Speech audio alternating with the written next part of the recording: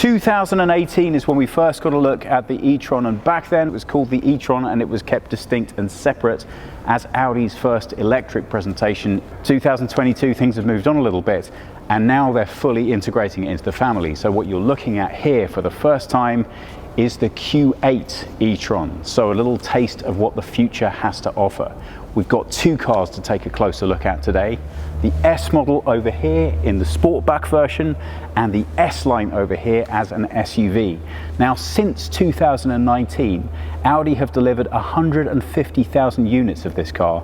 So needless to say, they're more than a little bit interested in just what you will think about what they've done to it. So the revisions that have taken place on this car are not just stylistic, but they do have an impact in terms of how you will use this car and your relationship to it. Gone are the big standard Audi rings. As you can see here, what you're looking at are grey on black.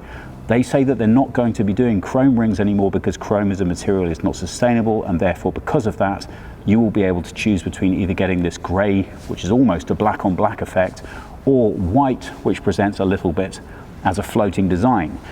Now, one of the first new additions, which I think is absolutely fantastic, is this light bar that goes across the front, really tying in these headlights.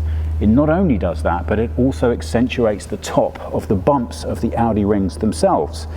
Now, if you're asking if that comes standard, it doesn't, but happily the additional cost should be less than 400 euros. So really not a huge amount of money combined with the overall cost of the car.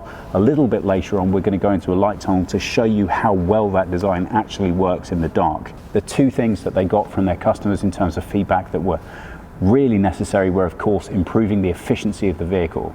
They've managed to do that both with the redesigned battery approach, but also the aerodynamics of the vehicle itself. So that's going to have a big effect on the design. The way that the air moves through the vehicle has actually been changed both at the front here. If you get lower, you can't really see exactly how the air interacts with the vehicle, but you can see that it has changed. That follows through here to the side, where these air intakes go straight through to the wheels themselves to change the way that the air moves throughout the vehicle. That drops the aerodynamic coefficient, which means, long story short, you're going to be able to get more miles for the same amount of power. What that does to the design is it presents them with an opportunity to make the car look a little bit more sleek and dynamic. So the new front of this vehicle is all about reinforcing that idea. As you can see, you can now get the grille in a body match color, which really does help reduce, I would say, the overstatement of the front. That combined with this single frame design that goes right around the headlines and that unifying light really gives you a very satisfactory overall sleek feel to the front of this car now. What do you think? 4 meters 91 or 193 inches in length. Nothing has fundamentally changed with the dimensions of this car, but as you can see, even from a first glance, the design language here has changed again. This is now going to be standard, if Cornelius can come in. Black lettering for the side here, just telling us that we have an e-tron. There are 5 new designs of wheels. These ones are not one of the new designs, although we will show you those in a little bit. They just look so great, these wheels, and if it ain't broken, don't fix it. 19 to 22 inches available. Now clearly, as an electric car buyer, you're going to have a direct choice to make. Do you want the most air efficient and therefore increase your range, or do you want the best looking? I've got to be honest, I'm all about efficiency, but come on, that is some really nice bit of wheel design going on there. This is what really fascinates me. Now, this isn't a new idea, and regular viewers, or owners in fact, of this car's predecessor will be familiar with this as a concept at least. It is the digital rear view mirrors that you get on both sides of the car, and 20% of sales of this vehicle have gone with this digital feature here. And bearing in mind that the only market that legally permits this is Europe, so you can't get these in America, that means that a lot of Q8 customers think that this is a really good proposition.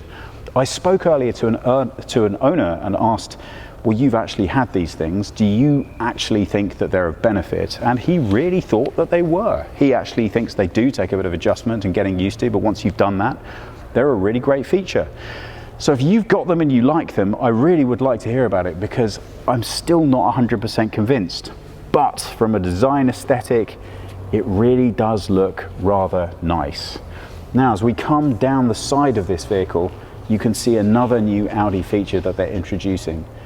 They are trying to simplify everything, but they think that you, the car owner, really take pleasure in knowing what it is you spent your money on.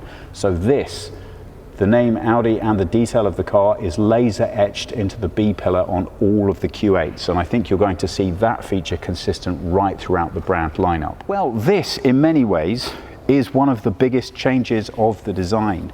Here you can see the new design language really going to town.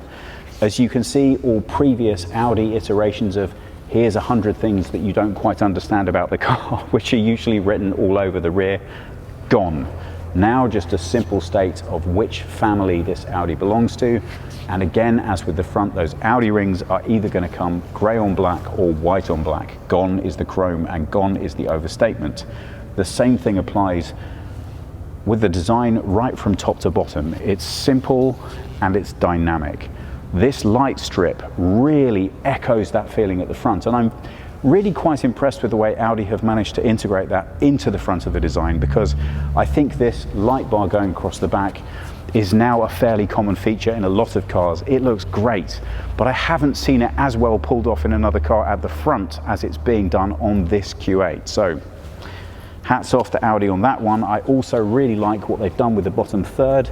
Again, stylish, elegant, understated. Now, if you want an Audi, then you expect build quality, and I'm happy to tell you, listen to that. They certainly haven't skimped on the design. That looks and feels solid and heavy. Dynamica, now you might be familiar with that. It's a soft touch fabric. It feels very similar to other soft touch fabrics you might have come across. And when I encountered this, I was excited about it for two reasons. First of all, it features a fairly high component of recycled material. That's great. And secondly, I thought, oh, great. New seats, new steering wheel. Finally, we're catching up to the modern era. Because as you can imagine, the marketing is all about how much recycled material has been used. But wait there. Come on, Audi. You still can't get the top line versions of this car in anything other than, wait for it, leather. They do want to tell you so much through their marketing that sustainability is key, but then they can't think of anything more imaginative to do with the top line than leather at this stage. They told me that they're still working on new and different and exciting steering wheels, and they're coming, but they don't have it quite right yet. I'm a bit confused about that. It's been years since I first touched an Alcantara steering wheel on a Porsche, which I thought was fantastic.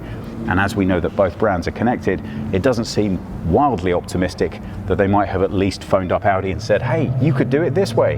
But apparently that email never got through to where it needed to go, because it's still leather. Now, I get it, it's still popular. And it really wouldn't bother me that much if it weren't for quite how much of the marketing push and drive about these new vehicles is all focused on sustainability. So Audi, please, can we sort this out? Thank you. That aside, if it isn't broken, don't fix it.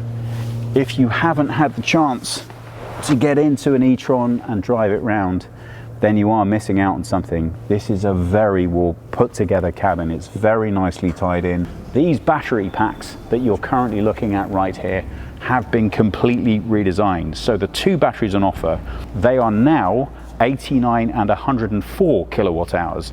So that's an increase of 18 kilowatt hours in the smaller battery and 9 in the larger. We're expecting that to result in around about 100 kilometer, 60 mile range increase. It's going to come with two electric motors, one front, one back, but as you can see here, this is a 3 electric motor variant. That is going to come on the top sporty models. Now we're going to take a look at the S model Sportback. And if you're immediately looking at this car and thinking, this is definitely distinct and different, but you can't quite put your finger on why, it's all about this. 20 millimeters additional width on both sides of this car. So it has a significantly more dynamic presence. Round at the side, and again, you can see a lot more visual presence. And that presents a little bit of a contradiction with the new styling, because again, everything throughout Audi's line is going to be very standardized. So this font in the matte presentation, you're going to be finding that on a lot more cars. But everything about the side of this vehicle says, look at me, from the 22-inch rims. And again, these are not new, but wow, what a lovely piece of wheel architecture. Not even slightly aerodynamic, but I promise you we will show you those new 5 rims. look as we come further back. This is now a big feature in electric car design, and the reason for that, it's called the rocker, is because what you now have in these cars that you never used to in car design is a massive floor that has to contain all of those electric batteries. So visually that presents not only a new challenge but also a new opportunity.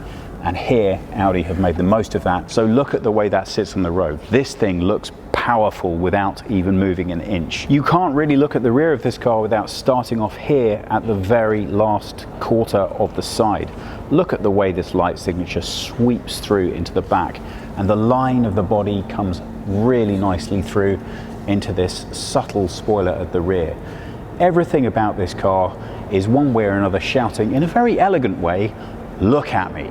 As with its SUV brother, there are 2 charge points on this car, one on the driver's side, one on the passenger's, but if you want fast charging, that's only ever going to be accessed from the driver's side, from 10% to 80% within 31 minutes, fast charging. That's a really important figure to know, because it means that wherever you are, you can get back on the road and do a long drive with really a pretty short wait. I did promise you a look at those brand new rims, and as we are taking a very early sneak peek at the Q8 here, I think that these guys might not yet be finished with production, and that's why we can only show you a picture of them. But what I can say is, as part of the design language, they've attempted to make that color pop out. So even though these are aerodynamic designs, they're not presenting as flat discs. They give you something a little bit more emotive and emotional. This one is the one I'm most interested to take a look at. That looks really aggressive and black. I'm very excited to see what that looks like on the Sportback. You can pick between the Advanced line, the S model, or of course, the S line. Audi have been kind enough to build us our very own light tunnel here at Cannes, so we can show you some of the features of the new lighting options on the Q8. Now, the first and most important of those that we want to bring your attention to is this light bar that we've told you all about. Look how beautifully that ties in the front of this car. It's really nicely executed, and in particular, the way it makes the raised sections of these rings lift, so you have the look and feel of Audi without ever needing to be able to see the logo itself, is a really clever piece of design. This first one is a feature that you may already recognize, and this is a lighting carpet. This shows you the direction that the road is taking. The data is taken from the car, from its radar. It indicates to the lights which way the road is turning, and then it moves the lights in order that you can see where you are headed to. The second feature are these car tracks right here you may be able to make out on the floor. Now these move separately. This is data that's achieved from your position of the steering. So this shows you the direction that you're heading in, which hopefully should be the same direction that the road goes. This is our first new feature to show you though, and this is the turning indicator. Now you can see when you're on a motorway and you want to leave a lane, you won't just get that indication on your dashboard, you'll also be able to see it in the lighting carpet here. So if the indicator goes on, you can see that is mirrored on the road itself. It just helps you to reinforce the general idea. Now we come to our next new feature, and this is a marking light. The infrared detectors that are built into the front of the Q8 look obviously for obstacles coming up, and when it detects that there is a human by the side of the road, possibly somebody not paying attention, a runner, a child, it flashes a light, which you should be able to see illuminating me directly. Thanks to Matrix LED, the only thing that can see that light on the road is me, because I'm in its path. If I move even 1 foot over here, I cannot see it at all. So that's really handy. One last new feature to show you. We all know that when we're driving, especially at night, our attention should be on the road and only on the road.